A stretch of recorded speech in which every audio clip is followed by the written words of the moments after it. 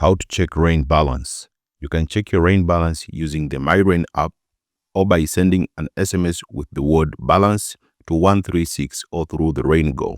Now here's how. Now to check your balance using the rainGO platform, just go to www.raingo.co.za, and after visiting the website, you'll find on this page here. Now the link will be available on the description. Now sign in using your Rain credentials, which is your username and password. Which is your email and password. Now after signing in, view your services. Once signed in, you will see a list of your available services. Now check balances. You can view your SIM data, voice, and the SMS balance directly on the service page. But the best way I prefer is just send an SMS with the word balance to 136 and you'll be able to check your rain balance.